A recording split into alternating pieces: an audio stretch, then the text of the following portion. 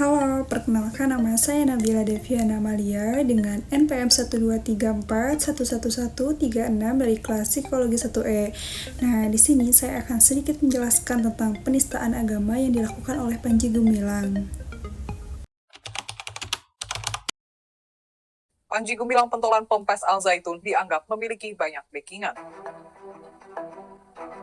Satu di antaranya para petinggi negara Islam Indonesia atau NII yang berjasa di balik megahnya Ponpes Al Zaitun. Panji Gumilang mengaku dibantu banyak teman membangun Ponpes megah tersebut. Namun ia bungkam ketika ditanya sosok kawan yang membantunya di Ponpes Al Zaitun. Dalam kesempatan itu, sebelumnya Panji Gumilang sesumbar ingin mengangkat harkat dan martabat wanita.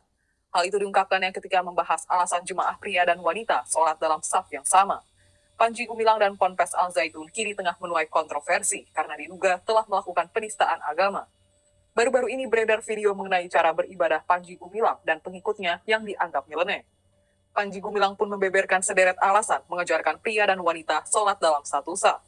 Padahal dalam ajaran Islam, pria sholat di saf depan sedangkan wanita berada di saf belakang. Pria 76 tahun itu sesumbar ingin menyamakan kedudukan pria dan wanita dalam sholat. Panji Gumilang pun tak terima ketika dicap sesat oleh banyak pihak termasuk Majelis Ulama Indonesia atau MUI. Ia menyebut perbedaan dalam cara beribadah bukanlah suatu masalah. Panji Gumilang turut menyinggung soal kebebasan beragama. Ia berdalih setiap orang memiliki hak untuk beribadah dengan caranya sendiri. Hal yang dilakukan oleh Panji Gumilang sangat menyimpang dengan ajaran agama Islam karena melakukan hal-hal yang tidak sesuai ajaran syariat Islam dan menistakan agama. Penistaan agama merupakan tindak penghinaan, penghujatan, atau ketidaksopanan terhadap tokoh-tokoh suci, artefak agama, adat istiadat, dan keyakinan suatu agama yang hanya didasarkan pada pendapat pribadi atau di luar kompetensinya. Beberapa negara memiliki hukum berkenaan dengan penistaan agama.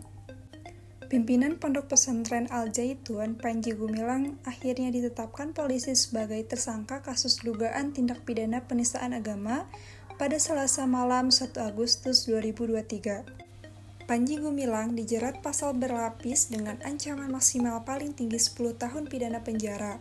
Pasal yang dipersangkakan yaitu Pasal 14 Ayat 1 Undang-Undang Nomor 1 Tahun 1946 tentang Peraturan Hukum Pidana di mana ancamannya 10 tahun.